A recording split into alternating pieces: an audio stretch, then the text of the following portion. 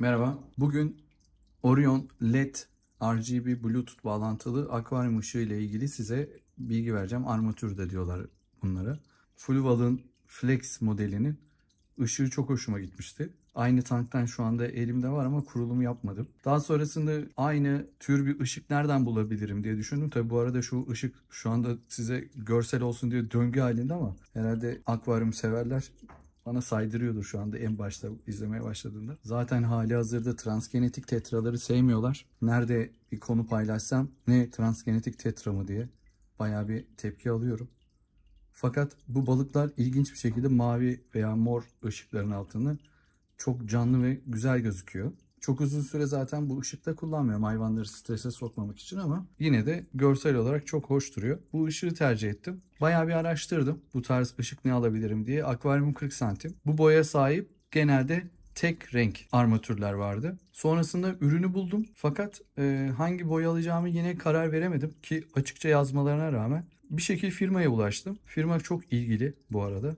Onu ayrı ayrı size deneyimimi anlatacağım. Bu işbirliği vesaire değil, satın alarak sahip olduğum bir ürün. Fakat ilk aldığımda bir bağlantı sorunu yaşadım. Daha sonrasında firma ile irtibatlarım sonucunda hafta sonu saat gecenin 10'u 11'i, yani nasıl bir esnaflar şöyle söyleyeyim. Yani deli gibi hizmet vermeye devam ediyorlar ve işi çözmek için elinden geleni yaptı. Yani oradaki arkadaşlar. Ve sonrasında bu ürünü bana gönderdi. Hala o elimde çalışmayan ürün de mevcut.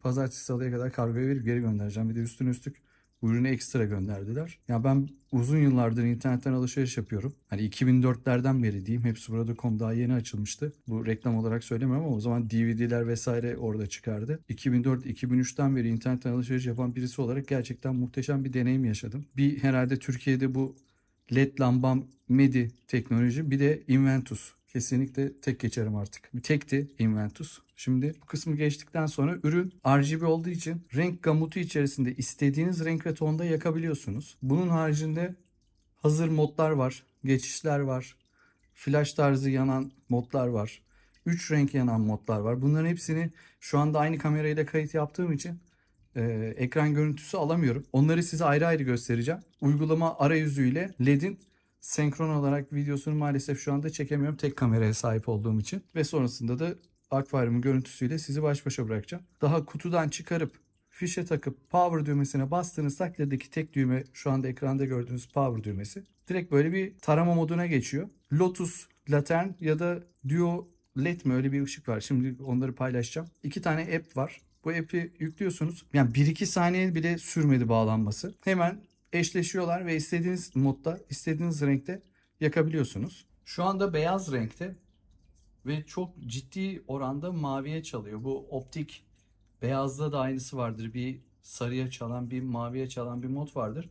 LED'lerin RGB olması nedeniyle beyazı vermek için tamamen aynı anda yanıyorlar ve tam bir beyaz, bright beyaz, yani bright white bir renk veremiyorlar maalesef. Biraz mavimtırak oluyor ama şöyle güzel bir tarafı var. Balıklar yine dediğim gibi mavide nasıl güzel gözüküyorsa bunda da yine bir parlama söz konusu oluyor. Ama düz beyaz bir renk almanız söz konusu değil. Hani bitkiler açısından, bitkili akvaryumlar açısından o full spektrum armatürlere göre bence aynı performansı vermeyebilir. Bununla ilgili daha bilgili böyle birileri varsa yorumlarda paylaşırsa sevinirim. Mavi renkte de aynen bu şekilde gözüküyor. Açıkçası dediğim gibi ürün çok başarılı. App'in içerisindekilerden bahsedersek bir full spektrum, şu anda ekranda gördüğünüz modda renklerin tamamını istediğiniz ayarda, istediğiniz tonda ve istediğiniz şiddette ayarlayabiliyorsunuz. Açıp kısabiliyorsunuz. Altta kendi profillerinizi oluşturabiliyorsunuz ya da hazır olan profilleri kullanabiliyorsunuz. Bunun haricinde bu sekmeye geldiğinizde bir sürü değişik mod var. Bunları tek tek kullanabiliyorsunuz. Böyle nefes alır gibi yanıp sönüyor. Renkler geçiyor. 3-5 renk, 7 renk arasında geçiş yapıyor. Bu gerçekten güzel bir özellik. Uygulama bu şekilde. Şu üstteki, sağ üstteki anahtardan ışığı açıp kapatabiliyoruz. Açtıktan sonra buradan istediğimiz rengi seçebiliyoruz. Buradaki şey üzerinden. Buradan da şiddetini ayarlayabiliyoruz. Kısıp açabiliyoruz. Ön ayarlar var altta. Bu ön ayarların haricinde de yine buraya tıklıyoruz. Bu şekilde rengi açıktan koyuya istediğimiz bir tonda ayarlamamız mümkün. Ya da bu şekilde açıktan koyuya bir tonlama yapma şansına sahibiz. Uslup denilen, ki Türkçe çevirmesi biraz tuhaf olmuş. İşte bu yeşil kademeli, kırmızı kademeli, 7 renk çapraz solgunluk, yanıp sönüyorlar. İşte zıplama, flash şeklinde, statik beyaz, statik mor, statik sarı. Bunlar düz bu renklerde yanıyor. Beyaz flash, mor flash gibi böyle bir sürü alternatif renk hızını ayarlayabiliyorsunuz. Parlaklığını ayarlayabiliyorsunuz. Müzikler var içerisinde. Bu tarz.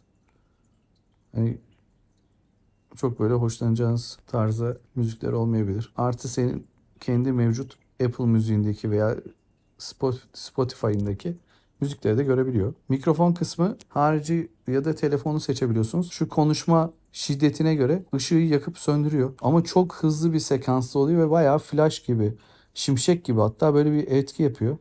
Yani çok balıklar açısından bir zararı var mı yok mu onu bilmiyorum açıkçası. Bir de tarife diye bir şey var. Bunda ışığın açılıp kapanacağı zamanlamayı ayarlıyorsunuz. Hiç açıp kapatmakla da uğraşmıyorsunuz. Benim en çok beğendiğim kısmı normal buradan şu ufak buton ile açıp kapatmak oldu. Gerçekten kullanışlı. Yerinizden kalkmadan akvaryum ışığını açıp kapatabiliyorsunuz. Burada ürünlerinizi görüyorsunuz ve bu ürünleri buradan istediğiniz gibi senkronize edebiliyorsunuz. Ayarlar kısmında da işte background'u değiştirme, feedback hakkında rehber gibi şeyler var. Uygulama oldukça basit. O gösterdiğim bütün uygulamaların da arayüzleri birebir neredeyse aynı. Özellikleri de aynı. En çok işe yarayacak kısım dediğim gibi bu zamanlama olayı olacak.